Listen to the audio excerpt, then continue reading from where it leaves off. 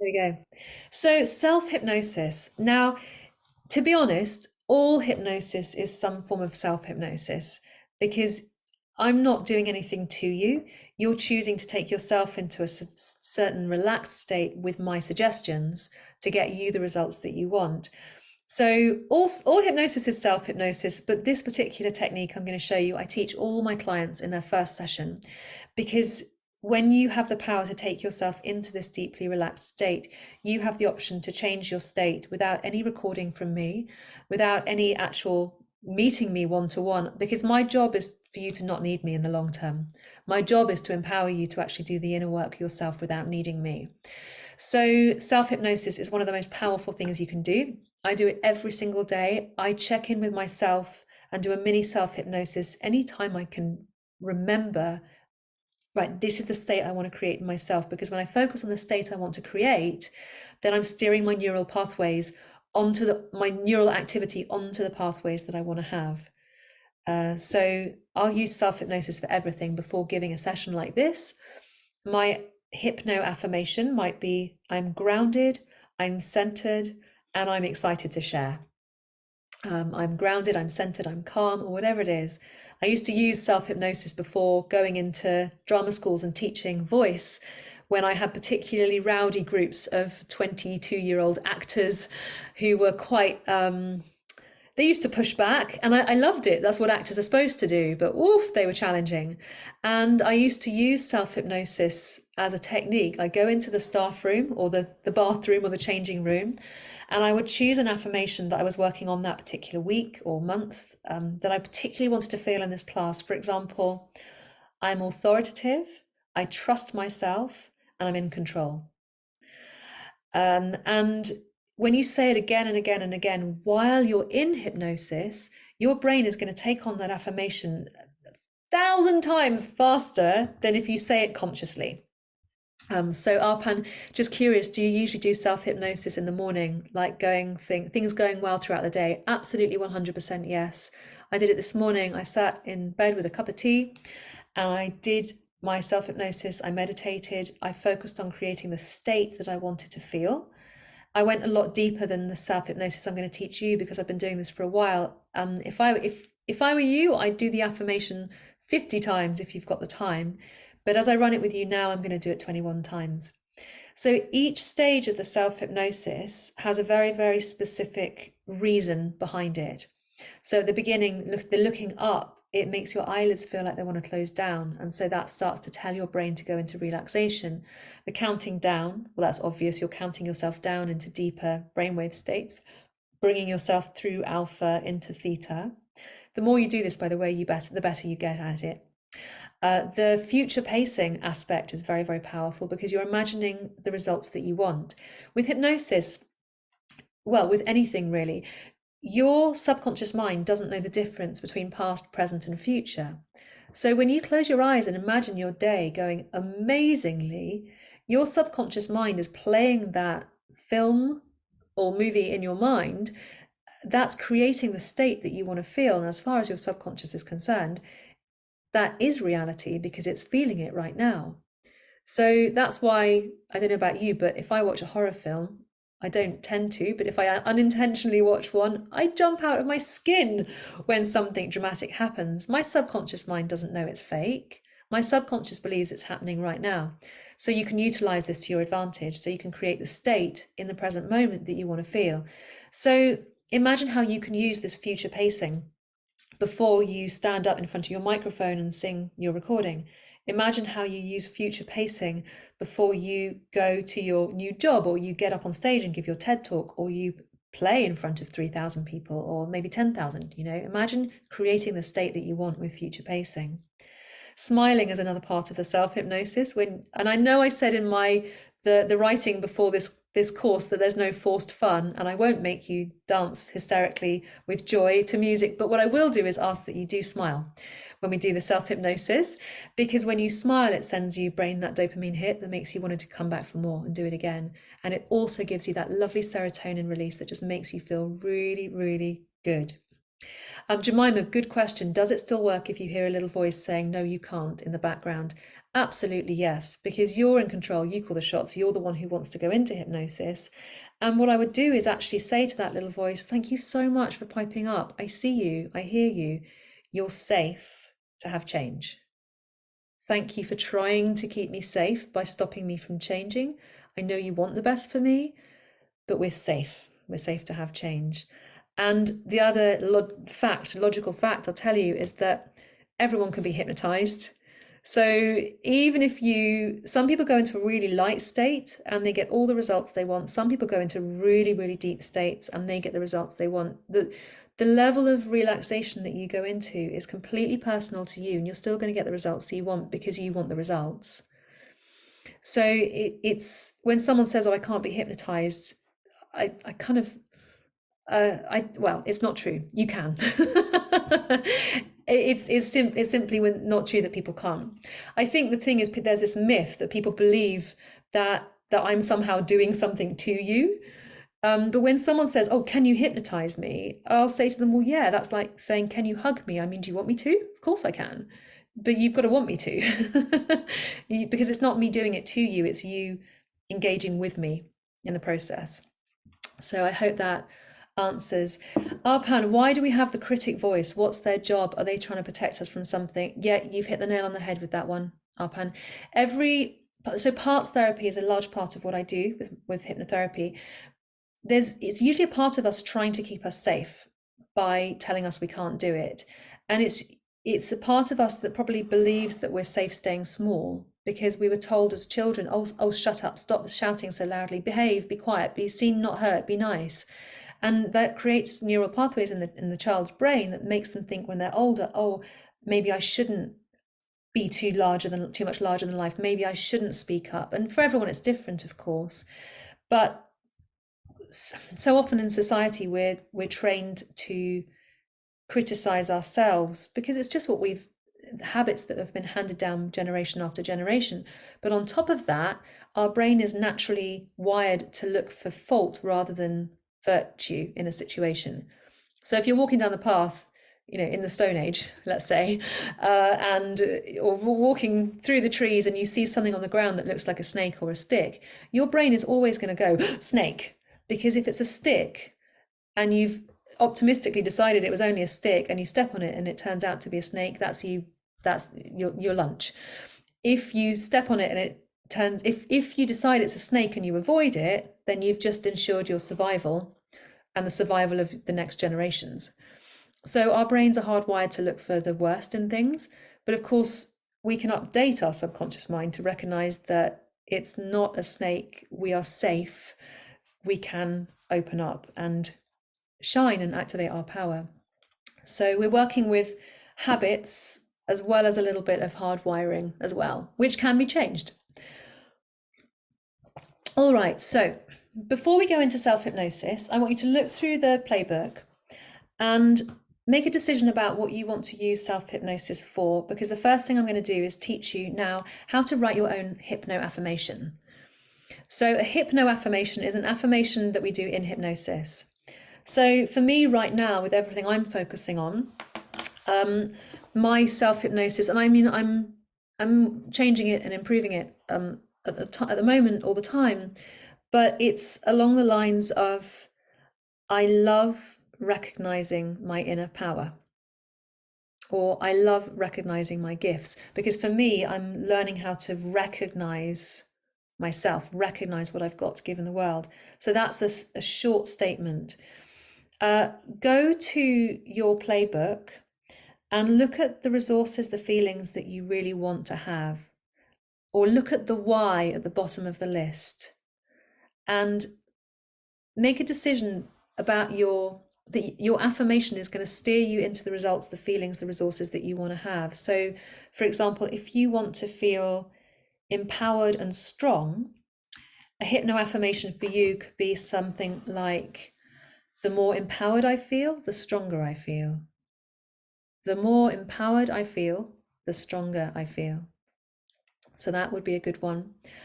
There are a couple of tricks. You want to make sure that it's always in the present tense. Never, I will feel happy, because the subconscious doesn't register that as now. It is, I am choosing to feel happy.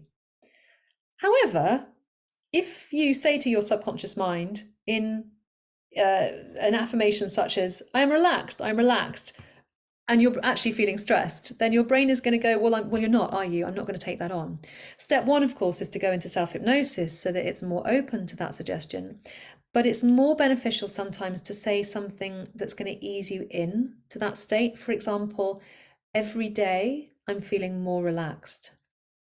That's easier for your subconscious mind to buy than simply, I am relaxed. And then maybe in 21 days' time, because I always recommend you do this for at least 21 days.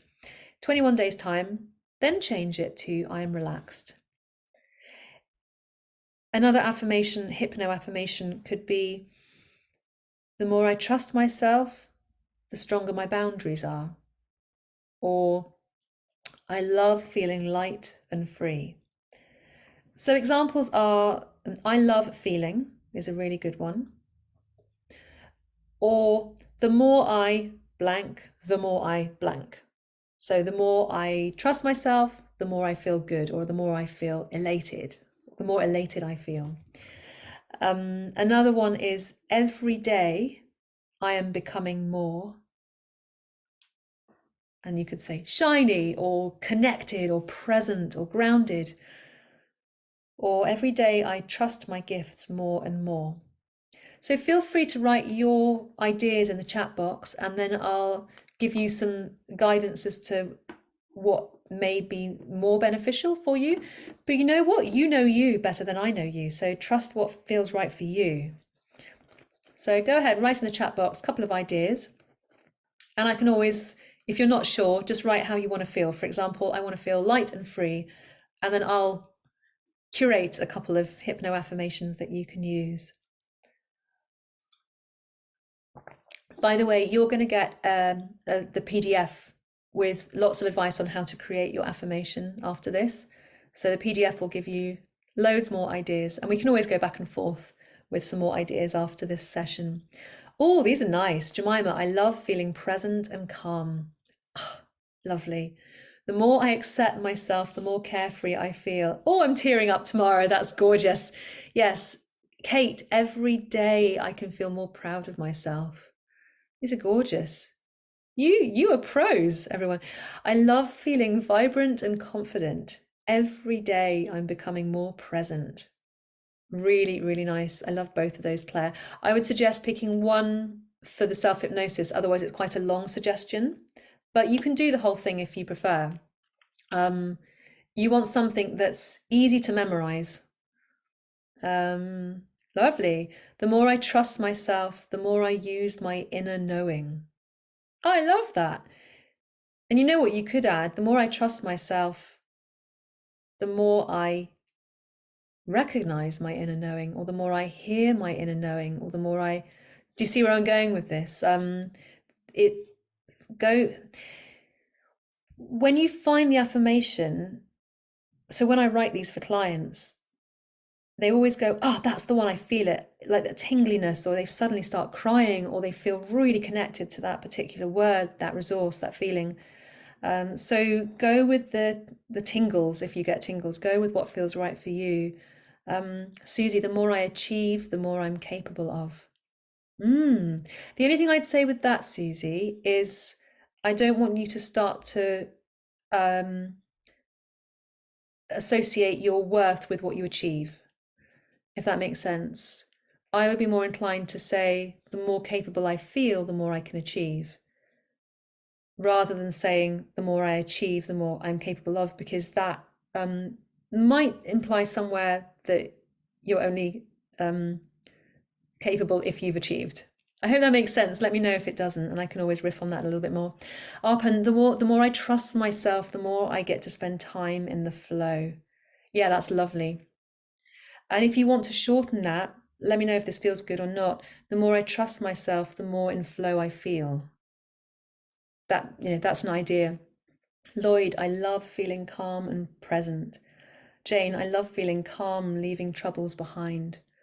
Oh, that's nice. I'd love even more for you to eliminate the word troubles, even though you're leaving them behind. I think that's really powerful. But I wonder if you can, I love feeling calm. So write down, Jane, a word that you'll feel when you have left the troubles behind. For example, liberated, free, open, unlocked. That's still got the word locked in. Do you see how I'm always wanting you to steer yourself away from words like troubles, always into the useful words, the words that are beneficial for you? I love feeling calm. Unburdened. Yeah, that's a good option, although there's still the word burdened in there. Do you see where I'm going with this? So you can use it, but again, when I say don't think of a blue giraffe, of course we can't help but think of the blue giraffe in order to imagine not thinking of the blue giraffe. So yeah. What's the opposite to burdened? Free? Liberated, unlocked. No, that's locked, the word locked in. We can get a little bit too stuck in it sometimes. Sometimes, we still register the word unlocked as ka-chink, unlocked. So there is a little bit of grey area in there. Boundless, I like. That's more towards, peaceful. I love that. Yeah. So I hope that's educating you on how you can create your own hypno affirmation. When you see the PDF, you're going to get more information. And like I said, we can always riff on this a little bit more over the next few days when we chat. But for now, do you all have a hypno affirmation that you feel happy using right now? Excellent. Fabulous. Okay, let's dive in. Good. Now, to begin, if you've got it written down, you can either have the piece of paper or device and hold it up like this, or if not, you can just look at the ceiling, look up. Either way is fine, but either way, start with your eyes up, looking up, and keep your chin tilted down so that you have a lovely sensation of tiredness in your eyelids, and that's telling your brain to start to feel tired, like your eyelids want to close down. And of course, you have to really try and keep them open. And you may find the harder you try and keep them open, the more they want to close down. So you can use this time to memorize your affirmation so that when you do have your eyes closed, you've got that committed to memory. So take a moment to memorize your affirmation here, looking up, trying to keep your eyes open. And then when you're ready, close your eyes all the way down. That's right. Now check in with yourself and notice your current stress level between 1 and 10. So 10 is the most stressed a person can be. 10 is being hospitalized for a panic attack, and 1 is the most relaxed a person can possibly be. And notice what number you're currently on. Go ahead and say your number silently or out loud. Good. Now imagine a colour that you love forming at the top of your head. A colour that you perhaps associate with feeling the feelings that you want to feel, peaceful or energy, or simply a colour that pops into your head that you love. And say your colour out loud. And then imagine your colour pouring in through the top of your head. As you choose to relax now, I wonder if you can imagine your colour pouring down through your torso, through your legs and out through the bottoms of your feet. And start to imagine that all problems are a million miles away right now as you settle in. Good. Now bring your awareness to your eyelids and imagine your eyelids are so relaxed that they just want to stay closed. And no matter how hard you try and open them, you may find the harder you try, the more they prefer to stay closed. So notice how good it feels. Really try them hard. And when you're absolutely certain that they just don't want to open, say your colour out loud again. That's right, imagine your colour pouring in through the top of your head, all the way down through your torso, that's right, through your legs, and out through the bottoms of your feet as you focus inwards. Really, really good. Now, in a moment, I'm going to ask you to count from 10 down to 1. So you can do this out loud or silently. I'm going to count out loud so you can follow me, saying, I'm going deeper and deeper after every number, starting with me now. 10. I'm going deeper and deeper. 9. I'm going deeper and deeper. 8. I'm going deeper and deeper. 7. I'm going deeper and deeper. 6. I'm going deeper and deeper. 5. I'm going deeper and deeper. 4. I'm going deeper and deeper. 3. I'm going deeper and deeper. 2. I'm going deeper and deeper. 1. I'm going deeper and deeper. Really good. Then say your colour out loud. And imagine your perfect colour pouring in through the top of your head, all the way down through your torso, through your legs and out through the bottoms of your feet, as if it's washing away anything that might be trying to get in the way of you feeling wonderful right now. Really good. And then I'd like you to say a very powerful statement. I'm going to say it once, and then I want you to say it 3 times, silently or out loud. And it goes, I am safe, I am calm, I choose to be here. 3 times with me now. I am safe, I am calm, I choose to be here.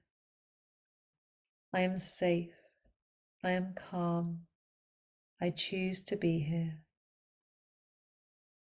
I am safe, I am calm, I choose to be here. Then say your colour out loud again. That's right, imagine your beautiful colour pouring in through the top of your head, washing you clean of anything that you're ready to release right now, as if your colour is already washing away those old programs and conditionings that you're ready to release, so that you can come back to yourself. Now think of your personalized affirmation, your own hypno affirmation, and I want you to say this silently inside your mind 21 times. And I'm going to be silent. I'm going to give you space to do this now. And when you've done it 21 times silently in your mind, just say your colour out loud, starting now.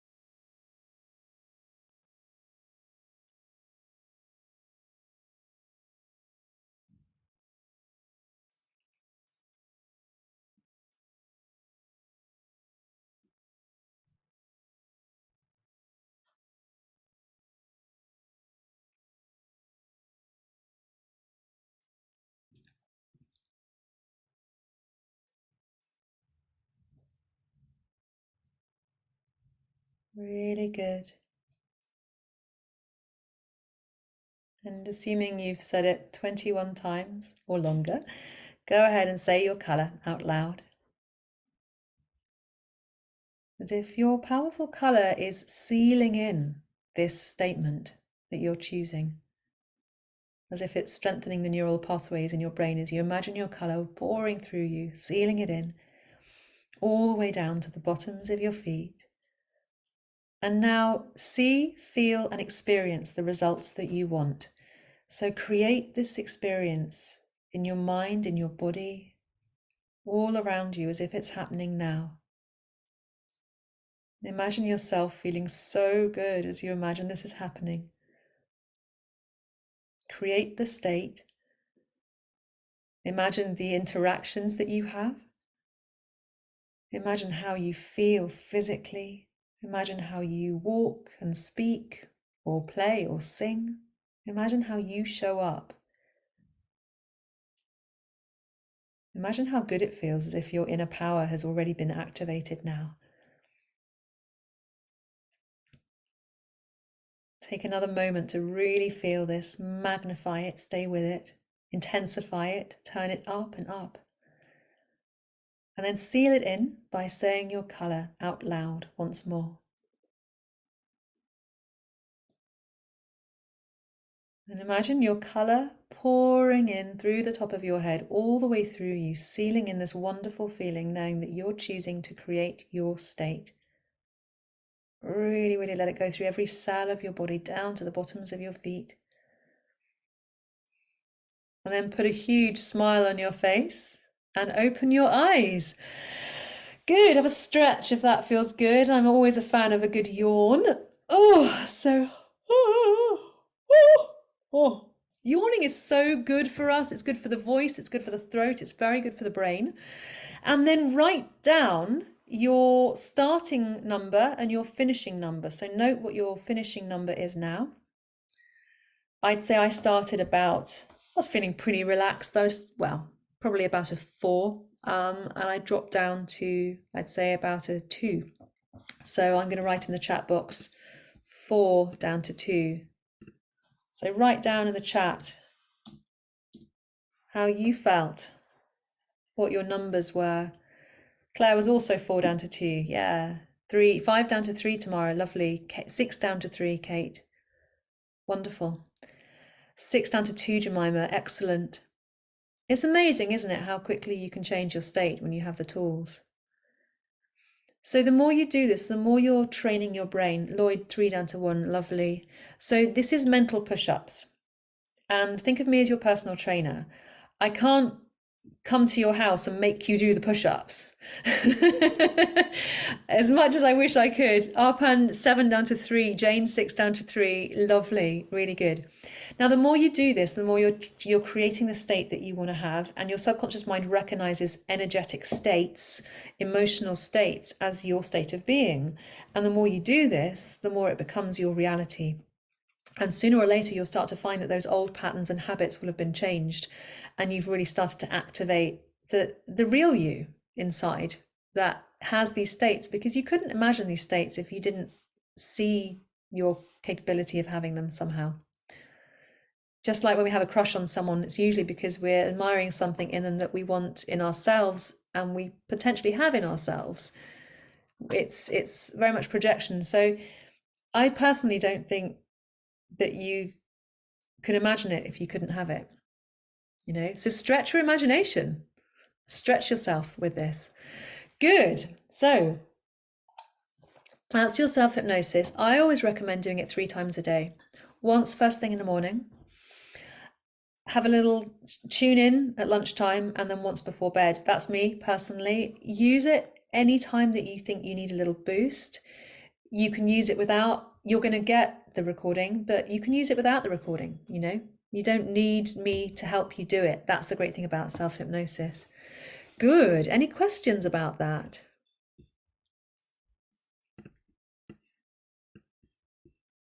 I don't think so. Good. And let me know as questions come up. Okay. Now, what we're going to do is We're going to do a deep dive. It was an incredible experience. Good. I'm so glad. Good. Thank you. And it's so easy to create this within yourself, you know, when you have the tools. So good. Now, what we're going to do now, very, very briefly, is dive back into the little playbook. And you may understand this more deeply now that I've explained to you belief systems. BS that has to go. What belief systems, what BS have you been holding on to? For example, and my sister will laugh at me for saying this, no doubt, that I used to have the belief system that I was a very, very clumsy person. I spent most of my childhood in fight, flight, freeze response. Of course I was clumsy, because there was a lot going on. I simply struggled to concentrate. But what happened is that I got given the label of clumsy. And so that then got reaffirmed. And so I grew up with a belief, oh, I'm clumsy. And of course, because I had a belief about it, I had my own BS about it that didn't come from me. It came from people slapping that badge on me. I then went through life making myself more clumsy than I needed to be because I had this belief system. Once I started to reject it with hypnosis and also with a lot of consciousness saying, actually, no, that's perfectly normal for someone to knock a glass of water over when it's right on the corner of a table and they're passing and they've got a flappy cardigan on, for example. That didn't happen. I'm making that up. So I started to train myself out of that belief system, out of that BS, and into a focus of grounded presence. And so I started to use self-hypnosis to say, I'm choosing to feel grounded. I'm choosing to be present. Every day I feel more grounded, more present. And so I started to shift that old belief system. Now, don't get me wrong, I still have my moments, but I'm nothing like I used to be in terms of clumsiness. Nothing, because I decided to take charge of that belief system and start to shift it. So what comes up for you? Claire's saying it's true. See, she knows firsthand. She saw the belief system being stuck on me as a child, and she's seen me unstick it because we grew up together. So for you personally, what's your BS? What are your belief systems? What are you going to call yourself out on and say, actually, this is not truth. This is a belief system. In the same way that if I bite into that apple and it's a rotten apple, I have a belief system, or maybe that develops a neural pathway, a belief system that all apples are rotten, even though we know logically that's not true. Your subconscious mind might be going, all apples are rotten because I ate a couple of bad ones. That's BS. There are some perfectly good apples around, and there are one or two which are a bit dodgy. And so you can get your perspective back when you start to call yourself out on your own BS. So this box is a very, very useful one to fill. And I want you to start to call yourself out. What BS am I holding on to? What story am I telling myself that is not truth, it's story? What stories am I telling myself about this? About my personal situation or journey? And you're welcome to copy and paste that into the chat box if you want to share. Of course, you don't have to, but it's always nice to have that connection, because I think most people are realizing here that we've all got them, me included, and that's the joy of being here doing the inner work, you know. I think I'd get bored if I finished all the personal growth. I wouldn't know what to do with myself. Maybe then I'd be zen. Jane, that I'm too old. That's such a interesting, such a good one to put down, because so many times I've seen these posts on Instagram and Facebook where people say, you know, Morgan Freeman didn't start getting into acting till 50 something, and so didn't start designing dresses until she was 80 something, and all of these amazing people who've done incredible things in every single decade of their life. So great for calling yourself out on that, Jane, because you got some seriously good stuff to do. Jemima, that I'm weak, that I'm a failure, that I'm getting in the way. Oh, that's great BS to call yourself out on. Good work, yes. Don't even try, you don't have what it takes. So that I'm a disappointment to people.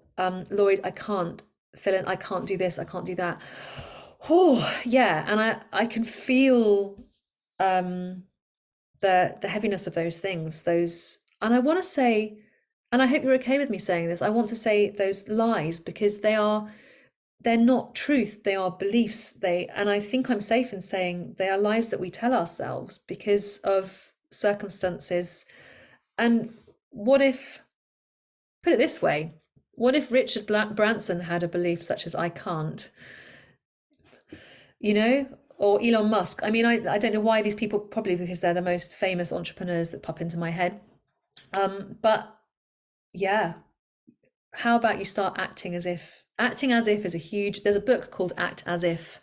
I can't remember the name of the author right off the top of my head, but it's based on this principle that I think Claire's reaching for it because she borrowed it from me, so maybe she's finding it. It's based on this principle that when you act as if you are something, you're telling your brain that you can become it more and more.